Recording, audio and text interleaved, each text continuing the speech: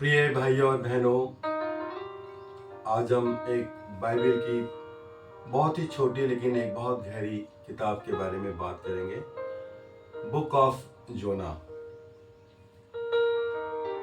अक्सर Sunday school में हमें यही बताया जाता है कि योना मछली के पेट में चला गया, लेकिन अगर हम ध्यान से इस किताब को पढ़ें तो ये किताब मछली के बारे में नहीं है। ये किताब एक बहुत बड़े सच के बारे में है।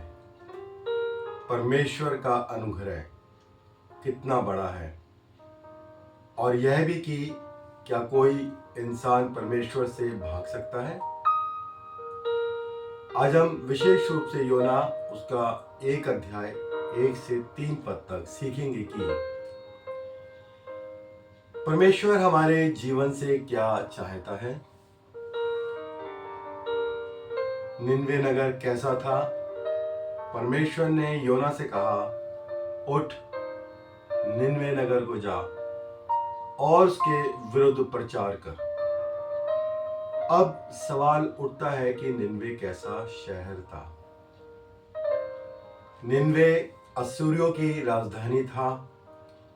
ये लोग इतिहास के सबसे क्रूर और निर्दयी लोगों में गिने जाते थे। इनकी क्रूरता का वर्णन जो है हमें बाइबल की एक और किताब में मिलता है, बुक ऑफ नहूम में। नहूम की किताब।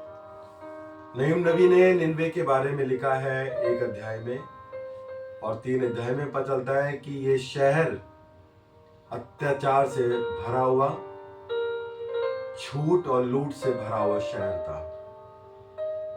खून खराबे से भरा हुआ था। नहूम की किताब 3 अध्याय 1 पद में हम इस बात को पाते हैं। वहां लिखा है, हाय उस खून खराबे से भरे नगर पर। इतिहास बताता है कि असूरी लोग युद्ध में जीतने के बाद कैदियों को जिंदा नहीं छोड़ते थे। कई बार लोगों की खाल तक उतार लेते थे। कुछ लोगों को गर्दन तक मिट्टी में दबा देते थे। शहर के बाहर कटे हुए सिरों का ढेर लगा देते थे ताकि लोग डर जाएं और विद्रोह ना करें। अब जरा सोचिए, ऐसे लोगों के पास परमेश्वर योना को भेज रहा है। योना क्यों नहीं जाना चाहता था? पहली नजर में लगता है कि योना डर गया होगा, लेकिन असली कारण हमें बाद में पता चलता है जब हम इसकी 2 पद पढ़ते हैं, 4 अध्याय का 2 पद। तो वहां पे प्रभु का वचन में लिखा हुआ है, मुझे पता था कि तू अनुग्रहकारी और दयालु परमेश्वर है। मतलब योना को डर यह नहीं था कि लोग उसे मार देंगे, उसे डर यह था कि परमेश्वर इन बुरे लोगों को माफ कर देगा। योना सोचता था ये लोग बुरे हैं, इनको दंड मिलना ही चाहिए, इनको क्षमा नहीं मिलनी चाहिए। क्या कभी हमारे दिल में भी ऐसा ही विचार आता है? जब कोई हमें दुख देता है, जब हमें कोई कष्ट देता है, या जब कोई हमारे विरुद्ध झूठी साक्षी देता है, झूठी बातें गढ़ता है, हम चाहते हैं कि परमेश्वर उसे सजा दे। लेकिन परमेश्वर का दिल बिल्कुल अलग है। परमेश्वर का अनुग्रह जो है उसके बारे में हम इस पुस्तक में पढ़ते हैं। योना इस किताब का केंद्र नहीं है, बल्कि परमेश्वर का अनुग्रह इस पुस्तक का केंद्र है। परमेश्वर सिर्फ इजरायलियों का परमेश्वर नहीं है, वो चाहता है कि हर पापी को पश्चाताप का मौका मिले।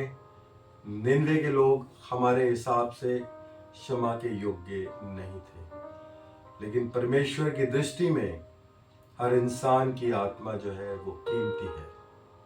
और सच कहें तो हम भी परमेश्वर के सामने पापी ही हैं।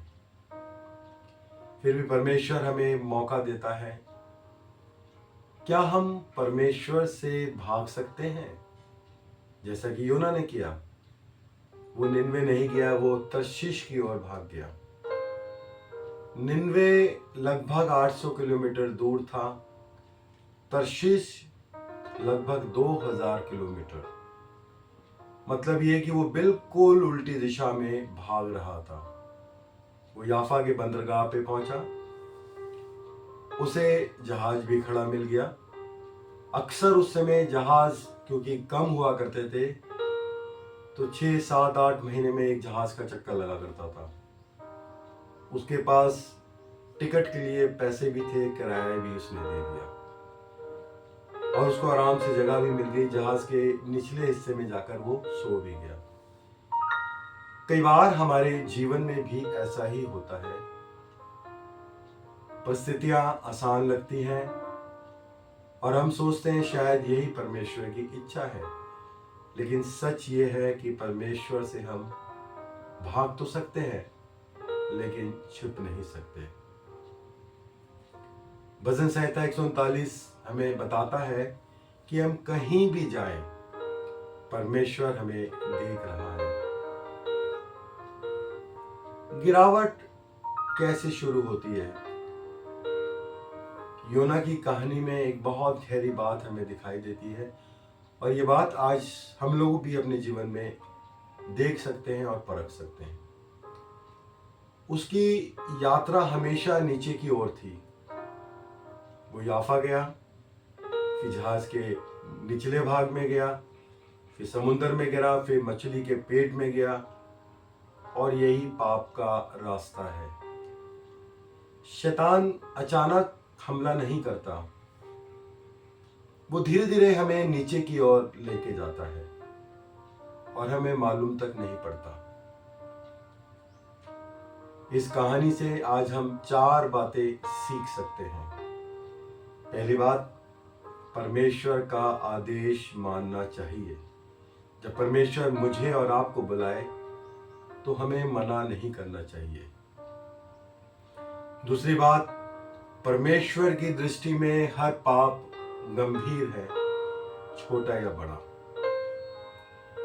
तीसरी बात जो है, परमेश्वर के अनुग्रह की कोई सीमा नहीं है, वे हर पापी को मौका देता है।